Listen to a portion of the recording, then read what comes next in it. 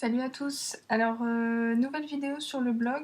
Alors, vous inquiétez pas, je viens d'avoir un petit souci avec mes lunettes et comme il faut que j'essaie de tourner la vidéo assez rapidement, le temps que je suis toute seule, je vais régler le problème après. Donc, en attendant, je fais sans lunettes. Donc, la vidéo, là, je vais revenir plus dans le domaine des livres. Ce sera de nouveau un classement, ce sera pas un top, ce sera un classement. Étant donné qu'en allant faire des courses, je suis revenue avec le dernier Blu-ray, donc Harry Potter et les reliques de la mort, donc deuxième partie, l'ultime. Du coup, je me suis dit que j'allais faire le classement donc des livres Harry Potter. Euh, pour vous dire un petit peu mon ordre de préférence pour tout ça. Donc juste avant ça, c'est vrai que moi les Harry Potter, ça représente pas mal de choses. Je suis vraiment très très fan.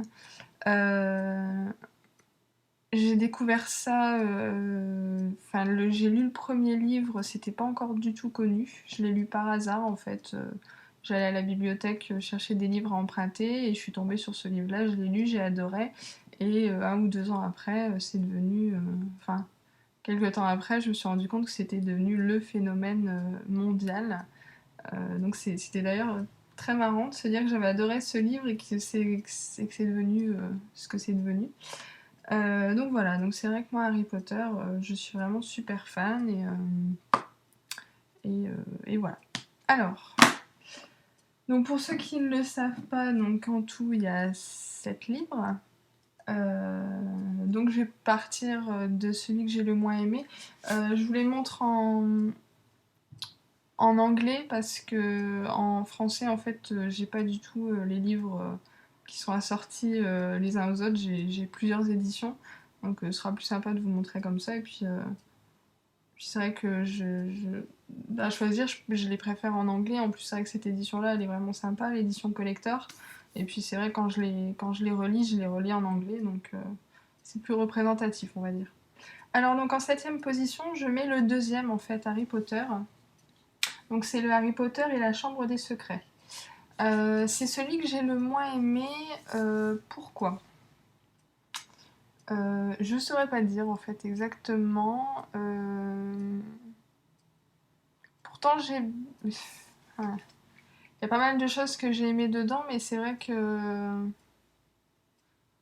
je sais pas, l'intrigue m'a moins accrochée et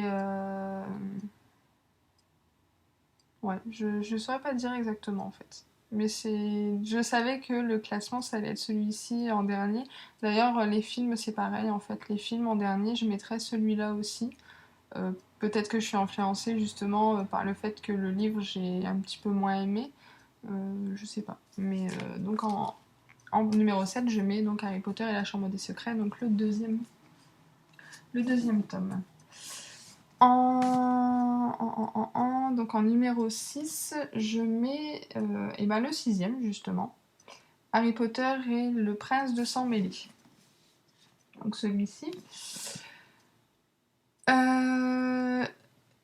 En fait celui-ci,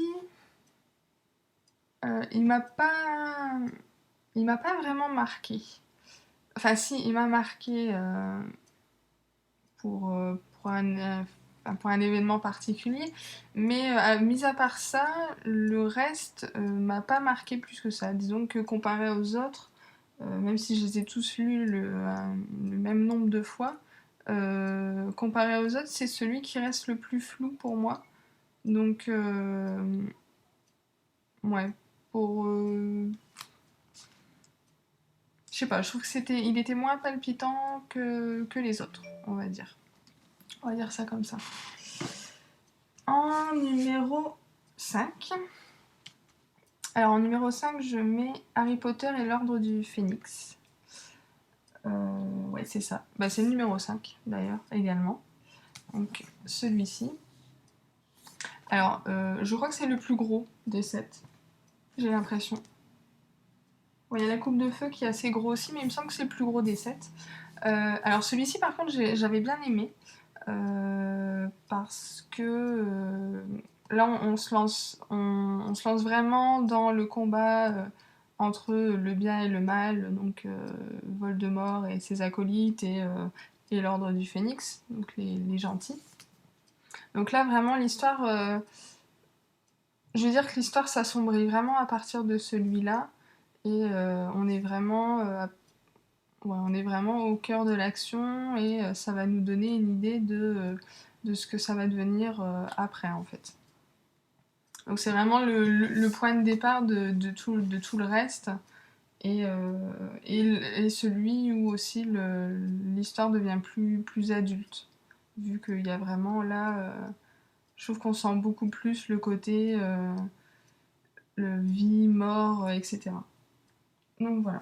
En numéro 4, je mets donc le troisième tome, donc Harry Potter et le prisonnier d'Azkaban. Alors celui-ci j'ai adoré, le film aussi d'ailleurs. J'ai bien aimé ce côté track qu'il y a entre... en fait dans celui-là Harry est traqué par son parrain en fait qui est censé être méchant et qui est censé être responsable donc de la mort de ses parents. Et on apprend beaucoup de choses dans celui-là, et le côté track est vraiment intéressant. Et puis j'aime beaucoup la fin, et ce moment où vous avez un petit peu le côté qui vous chamboule un peu le cerveau, où on va retourner dans le passé en se rendant compte que dans le passé, ça tenait déjà compte du retour dans le passé. Enfin, moi, c'est toutes des histoires que j'aime toujours beaucoup. Ça vous retourne un peu le cerveau, vous vous demandez comment c'est possible. Et j'aime bien. Et donc celui-ci, j'aime vraiment bien. Puis dans le film aussi est vraiment super intéressant. Euh, j'ai pas le même classement livre et film, par contre. Ils sont assez proches, ouais, ils sont quand même assez proches, mais c'est pas tout à fait le même classement. Donc peut-être que je ferai une vidéo avec le classement des films, éventuellement. Mais voilà. En numéro 3, je mets le tome 4, donc Harry Potter et la Coupe de Feu. Alors celui-ci, il est vraiment dense niveau information. Donc c'est dans celui-ci, vous avez le tournoi des 3 sorciers, qui se transforme en tournoi des 4 sorciers finalement. C'est le livre du grand retour de Voldemort. Mais j'ai vraiment beaucoup accroché à ce tournoi des 3 sorciers, qui est vraiment très riche, qui est donc en gros vous avez ces 3 épreuves en fait dangereuses qui doivent être réalisées donc par les 3 jeunes sorciers qui sont sélectionnés, enfin les 4 jeunes sorciers qui sont sélectionnés. Donc j'ai bien aimé parce que il est riche en couleurs, il se passe vraiment plein de choses dedans. Vous avez notamment le bal de Noël qui est vraiment intéressant, et puis vous avez un petit peu les prémices des sentiments amoureux qui apparaissent chez les ados, qui donnent des situations assez marrantes. Donc c'est vrai que le film j'avais vraiment adoré. Je pense que c'est celui que j'ai vu le plus au cinéma. La Coupe de Feu, je l'ai vu 4 fois en 4 jours. Parce que j'étais vraiment fan de... C'est pas le film que j'ai préféré, mais il est quand même... je le mets dans mon top 3 quand même. En numéro 2, je mets le premier tome, Harry Potter Harry Potter à l'école des sorciers. Donc qui n'est pas fidèle au titre VO, mais bon. Donc je l'ai mis en deuxième parce que bon, c'est pas mon préféré, mais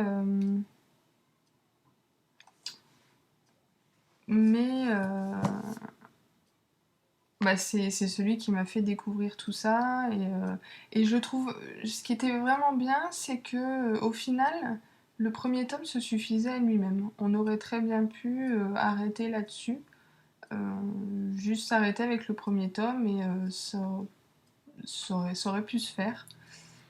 Et je trouve que l'ambiance est directement mise en place, que ce soit au niveau des décors, que ce soit au niveau du langage, puisque vous avez quand même tout un langage qui a été créé propre au milieu de la sorcellerie. Donc ça, c'est vraiment bien mis en place dès le départ, même au niveau des personnages. Pourtant, vous avez énormément de personnages qui arrivent en très peu de temps au final, mais c'est vraiment très bien lancé, très bien posé, donc c'était une bonne base, et en plus c'était un livre qui aurait pu se suffire à lui-même. Heureusement non, ça n'a pas été le cas, mais ça aurait pu. Et enfin, donc en première position, je mets donc le dernier, le 7e tome, Harry Potter et les reliques de la mort. Je le mets en premier tout simplement parce que c'est le livre de toutes les révélations, c'est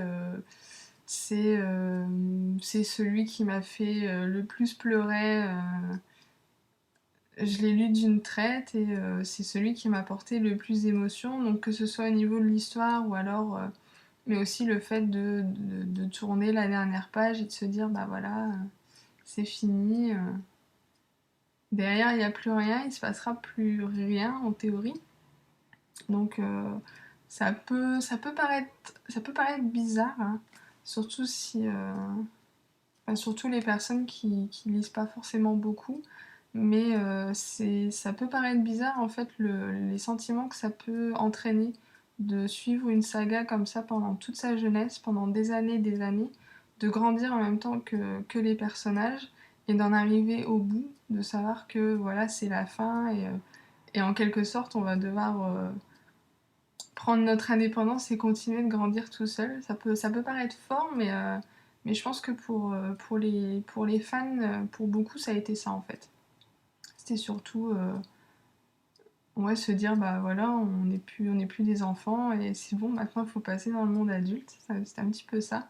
Ça m'a fait de nouveau ça avec le dernier film également, parce que en fermant le dernier livre, sur le coup, ça vous fait bizarre, mais vous dites, bon, il y a encore des films qui vont sortir.